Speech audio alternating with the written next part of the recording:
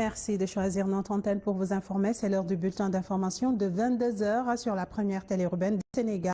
Bonsoir, bienvenue à toutes et à tous. Politique pour ouvrir information. Nouvelle démarche des jeunes issus des partis politiques. 14 d'entre eux ont bénéficié d'une formation du programme des jeunes politiciens en Afrique. Ils entendent désormais vulgariser les connaissances acquises lors de ce séminaire organisé en Côte d'Ivoire et privilégier l'intérêt national. Nos partisans, compte rendu Gora Ndaklo Ousmane Dem. Après avoir participé au programme des jeunes politiciens en Afrique, les représentants du Sénégal, issus de 6 partis politiques différents, entendent vulgariser les connaissances acquises lors de ces séminaires tenus en Côte d'Ivoire. Nous avons suivi des formations de plusieurs modules. Démocratie et partis politiques, droits humains, idéologie politique, politique publique, leadership, approche jeune, approche genre, planification stratégique, prévention et gestion des conflits. La jeunesse sénégalaise, estimée à plus de 65% de la population, ces politiques dénoncent leur absence dans les instances de décision. Nous pensons que ce séminaire pourrait nous amener vers une loi sur la représentation des jeunes dans les instances de décision des partis, mais aussi dans les instances, dans les institutions comme l'Assemblée nationale, le Conseil économique, social et environnemental. Concernant les questions d'intérêt politique, ces jeunes de différentes formations s'engagent à défendre l'intérêt national. Nous sommes tous des jeunes engagés dans les partis politiques et je pense que lorsqu'on parle de jeunesse, lorsqu'on parle de formation des jeunes, lorsqu'on parle d'emploi des jeunes, nous sommes tous concernés et il ne doit pas avoir de clivage politique, il ne doit pas avoir d'intérêt partisan qui puisse aujourd'hui entacher cette unité de la jeunesse. Constitué par des jeunes de l'APR, du Parti socialiste, de l'AFP, du PDS, du Réumi et de l'UCS, ces futurs leaders sont parvenus à nouer des rapports qui vont au-delà des clivages idéologiques et des pouvoirs opposition. Mohamed Boun Abdallah Dionne et son homologue français ont animé ce matin un point de presse conjoint au terme d'une visite de 48 heures. Manuel Valls a magnifié la stabilité politique du pays en matière de coopération. La France va accompagner le Sénégal dans la réalisation d'une autre usine à Kër Momar Sarr. D'autres secteurs comme l'agrobusiness, le tourisme seront concernés par cette coopération vieille de 350 années d'histoire selon le premier ministre français Fatimata Diop. Cheikh Ibra Fall, compte rendu.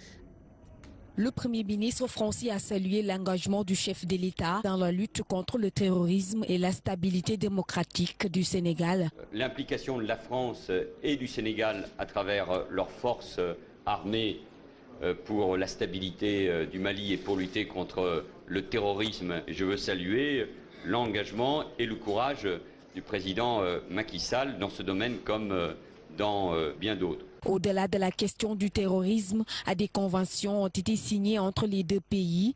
Selon Mohamed Boun Abdallah Dionne, entre autres, la construction d'usines d'eau potable à Kër Momar Sarr. Nous en sommes sur cet objectif de 282 milliards à 317 milliards de francs CFA avec les 2 conventions que nous avons signées aujourd'hui de financement entre l'AFD et l'État du Sénégal. Dans le cadre de l'hydraulique, avec le projet de KMS3, Kër Momar Sarr, la nouvelle usine. Plusieurs investissements sont attendus. Le TR, le train express régional, comme cadre et instrument de mobilité urbaine. Demain, c'est également des investissements dans le cadre de l'agrobusiness. Davantage d'emplois, il s'appelle l'agrobusiness, il s'appelle le tourisme, avec l'implication, l'ouverture d'un 2e club méditerranéen qui va s'appeler Réserve Saraba. C'est 1000 emplois qui vont arriver dans le secteur du tourisme. À travers ce 2e séminaire des 2 premiers ministres respectivement de la France et du Sénégal, beaucoup de milliards sont annoncés pour la réalisation de certains projets dans les secteurs du transport, du tourisme et autres. Lutte contre le terrorisme, le ministre des Affaires étrangères rappelle au partage des renseignements. Mankeur Ndiaye pense que la vigilance et la veille permanente basée sur une prise en compte des spécificités propres à l'environnement géopolitique interne et externe de chaque pays et de chaque région sont fondamentales. Le patron de la diplomatie sénégalaise a s'exprimé à la tribune du Conseil de sécurité. C'était lors du débat public sur sécurité aérienne face aux actes terroristes. Abdou Aziz Dabbar. À la tribune du Conseil de sécurité, le ministre des Affaires étrangères soutient que toute action de lutte contre le terrorisme, pour être efficace, doit être complétée par le renforcement de la coopération régionale et internationale dans le domaine du partage de renseignements, du contrôle des frontières ainsi que des technologies d'enregistrement, de contrôle, de sécurité et d'embarquement. Si le Sénégal a-t-il prévu un cadre d'échange et de partage d'informations sensibles avec les autres États afin de faire face de manière concrète à la recrudescence des nouvelles menaces. Le programme national de sûreté de l'aviation civile et ses annexes couvrent les spécifications relatives à la sûreté de l'aviation. Il s'agit de mesures de sûreté applicables au vol intérieur, de l'évaluation de la menace, des programmes de sûreté aux aéroports, des programmes de sûreté des exploitants, de la vérification des antécédents et de la sélection du personnel. Pour Mankeur Ndiaye, les installations aéroportuaires représentent des cibles et des points vulnérables à des attaques et projets terroristes.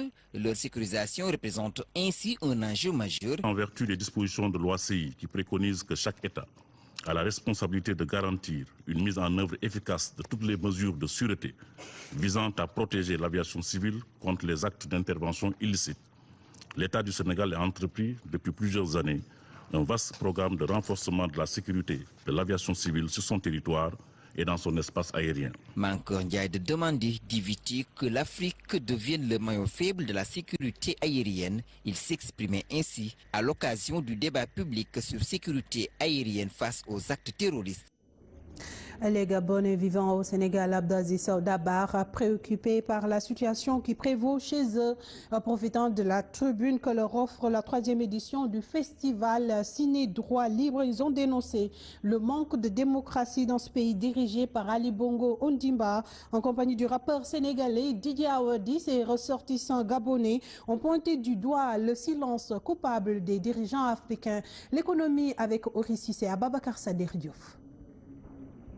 Le festival Ciné Droit Libre bat son plein dans la capitale dakaroise. Pour la clôture de cet événement, le Gabon sera mis à l'honneur, déclare Didier Awadi, afin de soutenir le peuple gabonais dans sa lutte pour la démocratie. Le but de cette rencontre aujourd'hui, c'était de donner une plateforme aussi à nos frères du Gabon, mais à tous les peuples aussi qui vivent des moments difficiles, une plateforme pour pouvoir s'exprimer. Au Gabon, c'est les élections, donc le peuple a besoin de s'exprimer, il s'est exprimé et les jeunes aimeraient que leur point de vue soit pris en compte. Donc à la veille de la promulgation des résultats définitifs, ils ont envie de dire, nous aussi nous avons notre mot à dire. La communauté gabonaise à Dakar apprécie le geste et espère une alternance démocratique. Personne n'ignore aujourd'hui que le Gabon est en crise, même si on veut nous faire connaître le contraire. Des Gabonais sont morts lors des événements qui ont suivi donc l'annonce des élections dans notre pays. Et nous pensons que la vérité doit être faite sur ces morts, sur ces personnes qui ont été enlevées, sur ces disparus dont on ignore aujourd'hui la destination. D'ailleurs, les Gabonais du Sénégal déplorent le silence des États africains. Aujourd'hui, nous interpellons la Cour, nous interpellons la communauté internationale pour qu'elle nous accompagne dans ce combat. Parce que c'est seulement avec la pression que cet homme va comprendre que les Gabonais, il ne peut pas gérer un peuple qui ne veut pas de lui. Ainsi, les Gabonais établis au Sénégal lancent un appel aux Africains pour sauver le Gabon.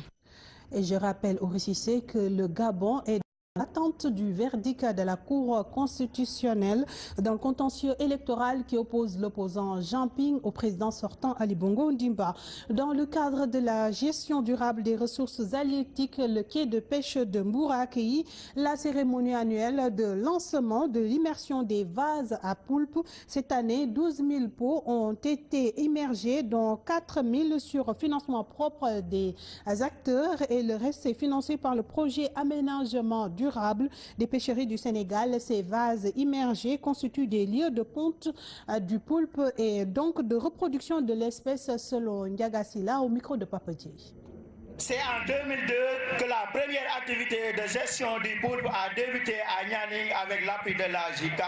Ensuite, le projet COGEPA a apporté son appui pour l'extension de l'activité à toutes les localités maritimes du département. La zone d'intervention de ces CLPA va de Ndayan à Joal et couvre près de 65 km de côte.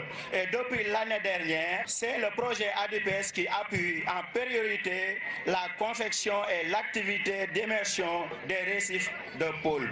Pour cette année, une innovation majeure a été apportée à cet effet car sur les 12 000 pots à poulpe confectionnés, 4 000 l'ont été sur fonds propres des CLPA et de l'UPAMES pour une valeur de 5 millions de francs CFA, représentant la contribution des acteurs de la pêche artisanale à la gestion durable des ressources halieutiques du Sénégal.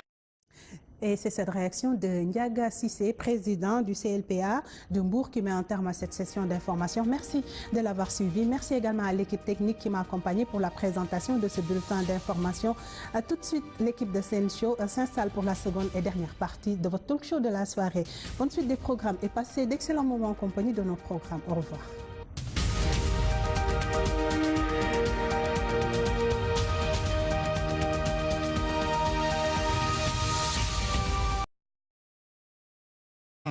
S'engage à défendre l'intérêt national. Nous sommes tous des jeunes engagés dans les partis politiques et je pense que lorsqu'on parle de jeunesse, lorsqu'on parle de formation des jeunes, lorsqu'on parle d'emploi des jeunes, nous sommes tous concernés et il ne doit pas avoir de clivage politique, il ne doit pas avoir d'intérêt partisan qui puisse aujourd'hui entacher cette unité de la jeunesse.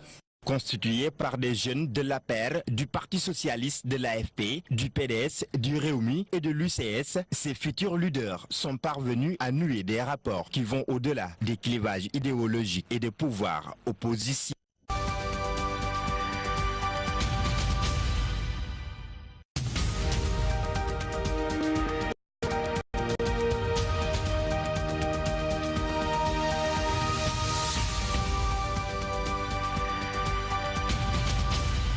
Merci de choisir notre antenne pour vous informer. C'est l'heure du bulletin d'information de 22 h sur la première télé urbaine du Sénégal. Bonsoir, bienvenue à toutes et à tous. Politique pour ouvrir la information. Nouvelle démarche des jeunes issus des partis politiques. 14 d'entre eux ont bénéficié d'une formation du programme. Mohamed Boun Abdallah Dionne et son homologue français ont animé ce matin un point de presse conjoint au terme d'une visite de 48 heures. Manuel Valls a magnifié la stabilité politique du pays en matière de coopération.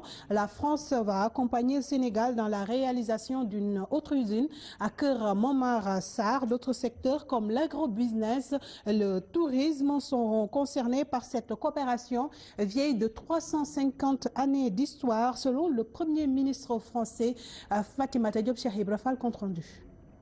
Le premier des jeunes politiciens en Afrique, ils entendent désormais vulgariser les connaissances acquises lors de ce séminaire organisé en Côte d'Ivoire et privilégier l'intérêt national. Nos partisans, compte rendu Gora Ndaklo Ousmane Dem.